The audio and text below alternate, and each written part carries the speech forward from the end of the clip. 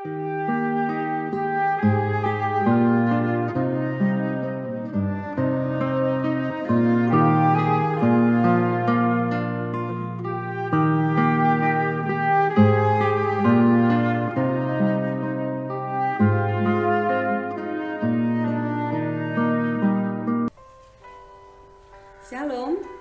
salam berjumpa dalam nama Tuhan Yesus Kristus.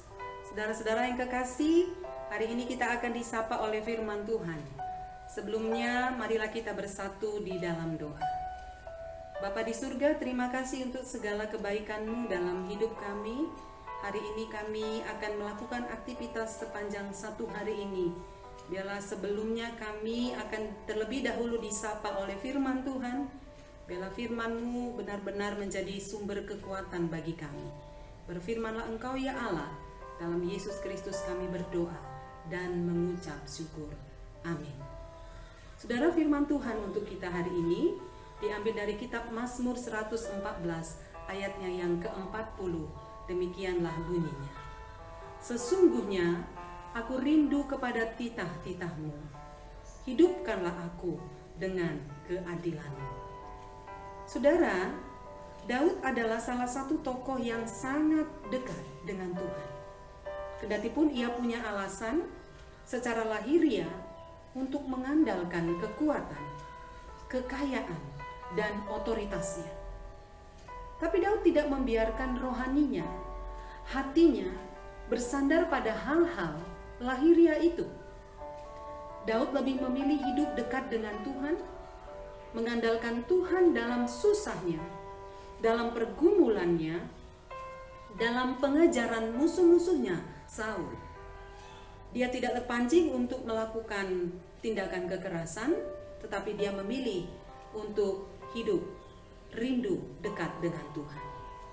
Saudara, renungan harian ini ditunjukkan oleh Daud bahwa dia sangat rindu dengan titah-titah Tuhan.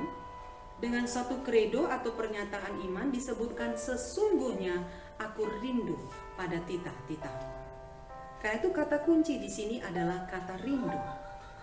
Saudara, satu ketika, ini adalah satu ilustrasi seorang ayah memiliki dua anak laki-laki yang sangat tampan. Mereka punya kebiasaan ketika sore hari sang bapak menyediakan waktunya untuk bermain balon di satu lapangan. Dan balon yang mereka gunakan biasanya hanyalah berwarna merah. Mereka selalu menerbangkan balon-balon ke langit, saudara. Suatu ketika sang ayah akan pergi keluar kota untuk menunaikan tugas barunya. Bapaknya berpesan kepada anaknya, nanti kalau bapak pergi jauh, kalau kalian rindu dengan bapak, maka terbangkanlah balon-balon merah ini. Demikian pesan bapaknya, dan mereka ingat pesan itu. Dan ketika bapaknya sudah pergi ke satu kota, maka sang anak rindu dengan bapaknya. Mereka pergi ke lapangan itu dan mereka menerbangkan balon. Satu balon, satu anak, sehingga balon yang diterbangkan hanya dua saja yang berwarna merah. Saudara, karena bapaknya jauh, tentu balon itu ketika terbang tidak sampai kepada bapaknya. Namun tindakan anak-anak ini dilihat oleh warga sekampungnya. Dan orang-orang yang ada di kampung itu sangat iba dengan anak ini, karena mereka tahu anak ini melakukan itu karena sedang rindu dengan bapaknya. Akhirnya satu warga ini mengambil sikap, mereka bersama-sama, saudara, mengumpulkan balon yang berwarna merah, sehingga mereka menerbangkan balon, semua warga menerbangkan balon yang jumlahnya sampai beribu-ribu. Dan saudara, balon itu berterbangan di langit, dan langit itu penuh dengan balon yang berwarna merah. Saudara, ternyata balon itu diterbangkan oleh angin dan sampailah ke kota tempat bapak anak ini bekerja. Suatu ketika bapak anak-anak ini melihat ada balon di langit, dan dia sadar dengan melihat balon itu dia tahu anaknya sedang rindu kepadanya. Karena itu bapak ini, saudara, mengambil sikap. Dia memberhentikan semua aktivitasnya, lalu dia pulang dan bertemu dengan anak-anaknya.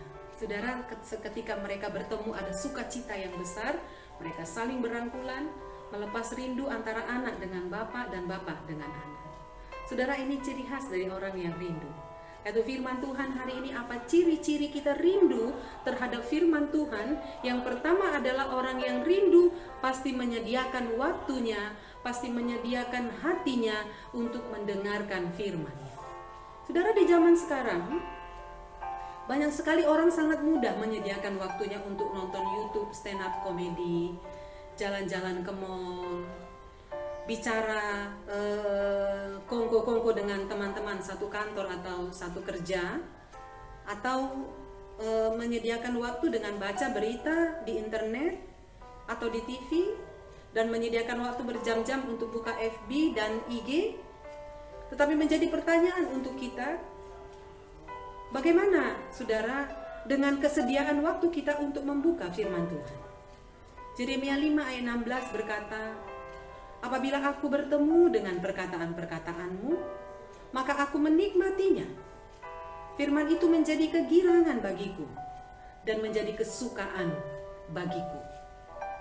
Karena itu saudara, ayat ini mau berkata kepada kita jangan hanya rindu kepada berkat-berkat Tuhan. Kita selalu berdoa, Tuhan berkati kami, berkati rumah tangga, berkati anak-anak, berkati usaha, pekerjaan kami. Saudara, kita selalu katakan kepada Tuhan, tetapi jangan lupa, firman ini mengingatkan kita, rindulah kepada firman-Nya, rindulah kepada titah-titahnya, bacalah firman-Nya, renungkanlah firman-Nya, dan pakailah firman-Nya menjadi alat penghibur ketika kita susah, dan menjadi petunjuk arah perjalanan hidup kita, pemberi bantuan untuk bersikap apakah iya atau tidak terhadap dosa, dan firman Tuhan penuntun kita dalam kebenaran. Karena itu saudara, firman Allah yang kita renungkan setiap hari ini akan membuat hidup kita berkualitas. Titah-titahnya akan menjaga batin kita, menjaga hati kita, menjaga pikiran kita untuk berjalan di jalan kebenaran Tuhan. Karena itu saudara, pagi ini firman Tuhan sangat sederhana. Bagaimana kita memelihara sikap rindu terhadap firman Tuhan? Tentu dengan selalu menyediakan waktu kepadanya. Singkirkan segala kegiatan kerepotan yang ada di dunia ini, tapi mari kita izinkan waktu kita berikan sejenak saja untuk mendengarkan firman Tuhan, membacanya, merenungkannya di dalam kehidupan kita sehari-hari. Manfaatnya sangat luar biasa saudara. Ini akan membangun kehidupan kita menjadi lebih baik. Ada sukacita di hati kita, ada semangat, ada kekuatan kepada kita masing-masing. Demikian firman Tuhan menyapa hidup kita hari ini. Amin. Kita bersatu di dalam doa. Terima kasih, Engkau baik Tuhan. Bantu kami untuk menerima firman-Mu hari ini dan mengaplikasikannya di dalam kehidupan kami sehari-hari. Berkati seluruh jemaat-Mu dan hamba-hamba Tuhan untuk hidup di dalam kebenaran firman Tuhan. Yang dirindukan adalah firman-Mu, karena firman itu adalah sumber kekuatan kami. Dalam nama Tuhan Yesus kami berdoa dan mengucap syukur. Amin. Shalom saudara, selamat aktivitas. Tuhan memberkati kita semua.